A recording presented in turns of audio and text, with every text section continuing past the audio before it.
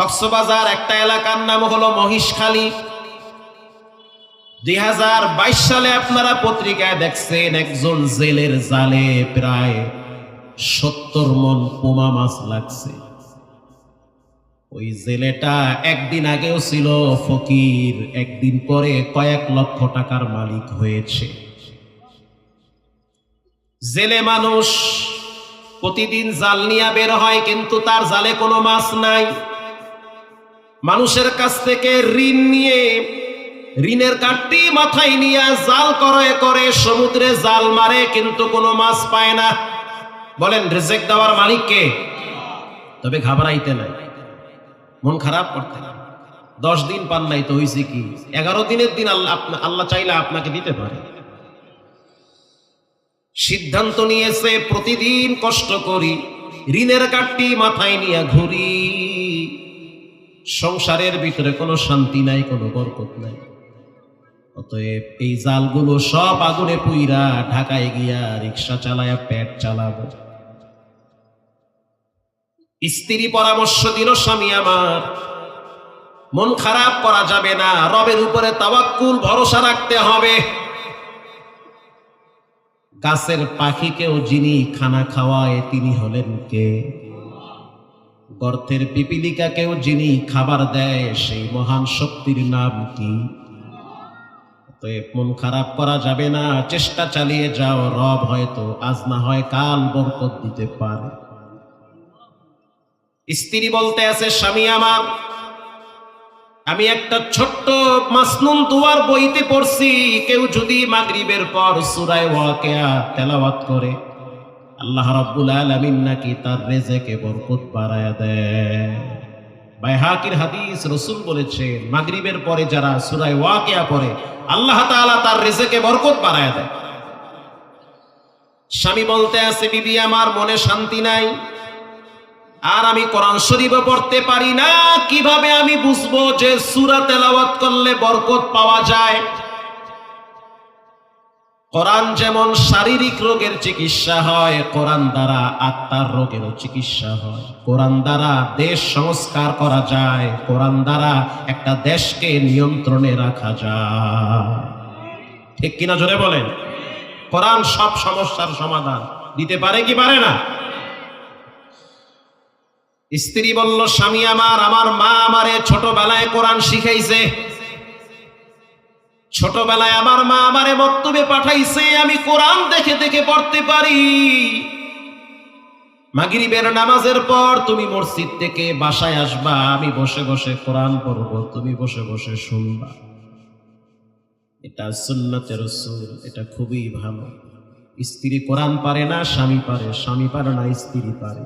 একজন পারবে আর একজন পারবে না, কিন্তু কেউ না কেউ এই কোরআন শিখতে হবে। ঠিক না বে ঠিক বলে?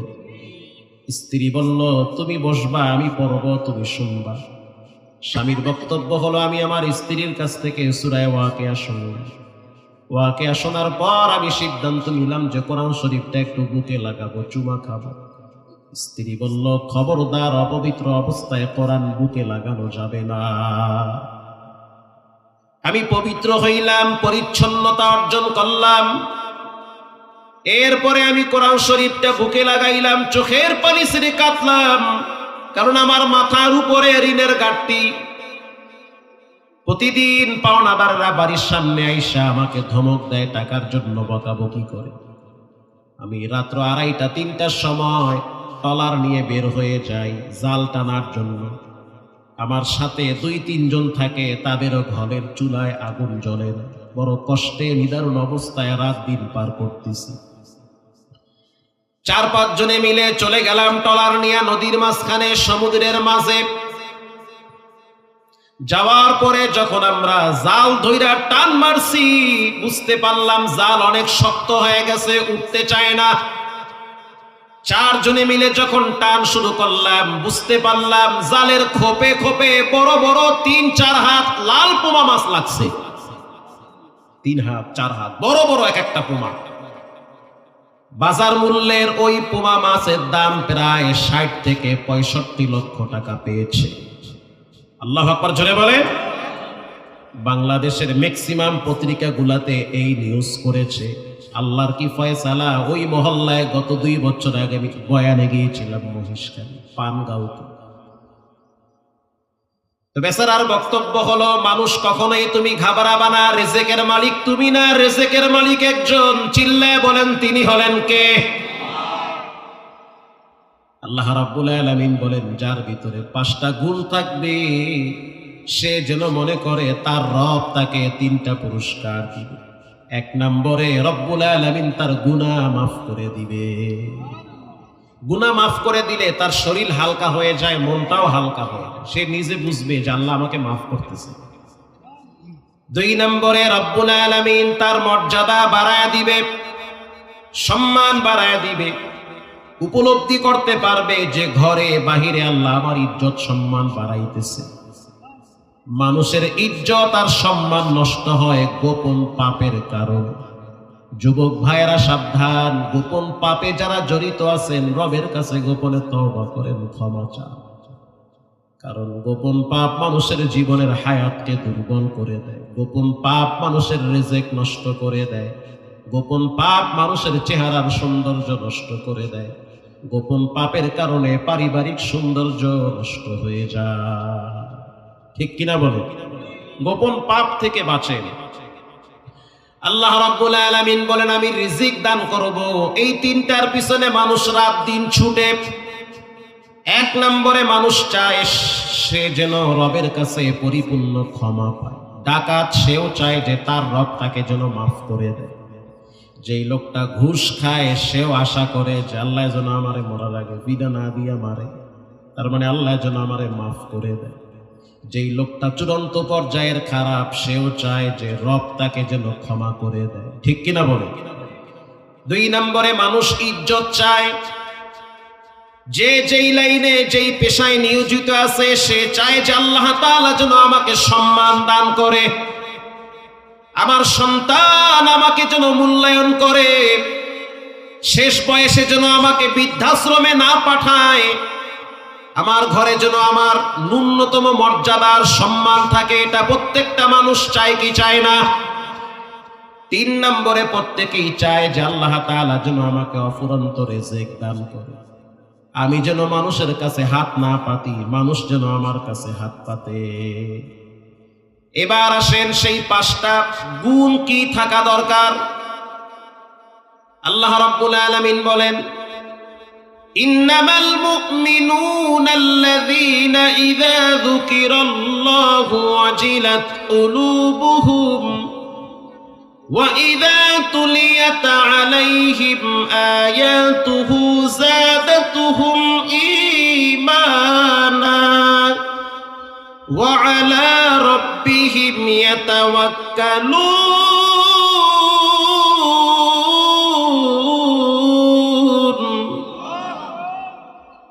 তা কিয়ামত দরবা গুয়াম জি কালাম সদ কিয়ামত বখজরদি না তামাম শুকরে নেয়ামত নেয়ামত দা আব জুকুনাত কুফরে নেয়ামত আব কাফাত বি রুকুনাত। বলেন নেয়ামত দেওয়ার মালিককে? সবচেয়ে উত্তম নেয়ামত হলো আল্লাহ আপনাকে ইমানদার বানিয়েছেন, আপনি মুসলমান। মারহাবা বলে। চাইলে হিন্দুর ঘরে পাঠাইতে পারত,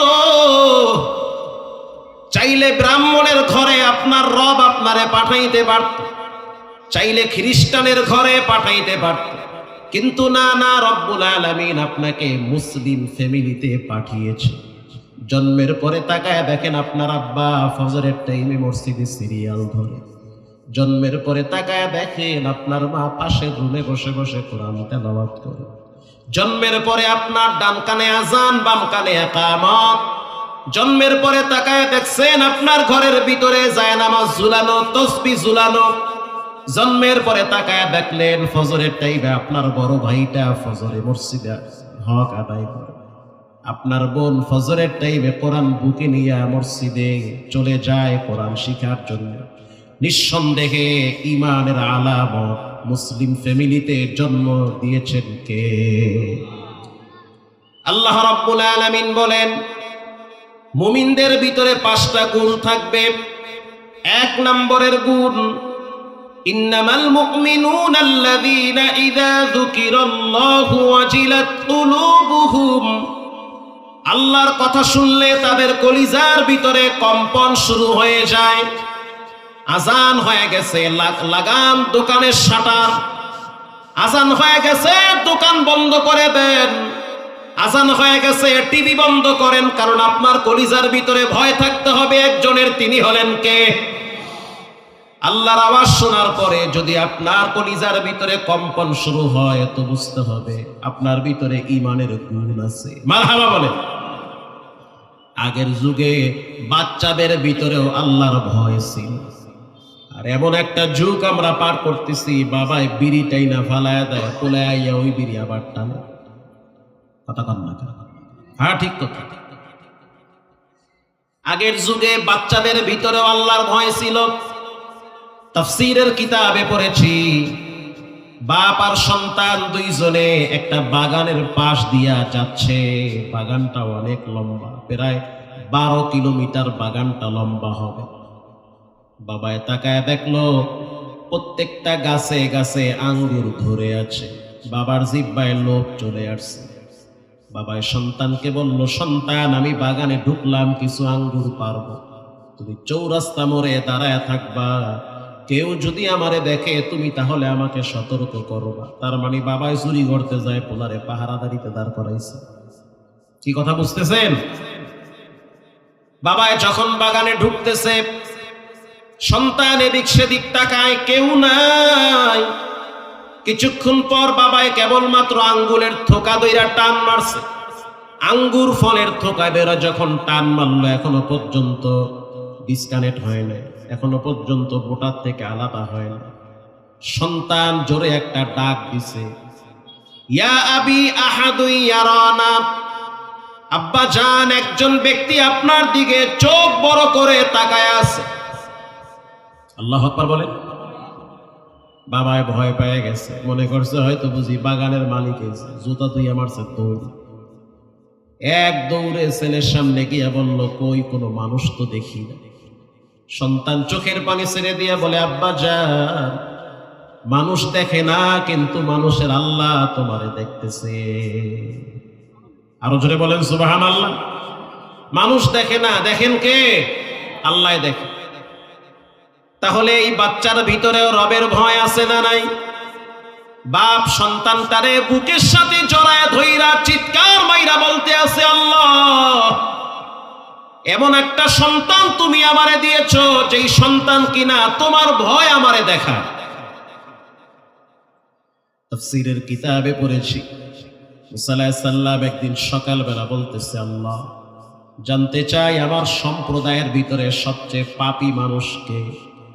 আল্লাহ বলল, মুসা, একটু পর দেখবা একজন ব্যক্তি বাচ্চা কোলে নিয়ে জঙ্গলায় যাইতেছে, ওই ব্যক্তিটাই হলো তোমার সম্প্রদায়ের ভিতরে সবচেয়ে খারাপ মানুষ। মুসা আলাইহিস সালাম আবার দোয়া করতে আছে, আল্লাহ, আমি তো দেখছি একজন বাপ তার সন্তানরে কোলে নিয়ে জঙ্গলায় যাইতেছে, বুঝলাম সে খারাপ। এবার জানতে চাই সবচেয়ে ভালো মানুষকে আমার সম্প্রদায়ের ভিতরে। আল্লাহ বলল, মুসা, সন্ধ্যার টাইমে যখন সূর্য ডুবে যাবে, ওই সময় দেখবা একজন ব্যক্তি একটা বাচ্চা কোলে নিয়ে বাড়ির দিকে যাইতেছে জঙ্গলার থেকে, মনে করবা ওই ব্যক্তিটি হলো সবচেয়ে ভালো।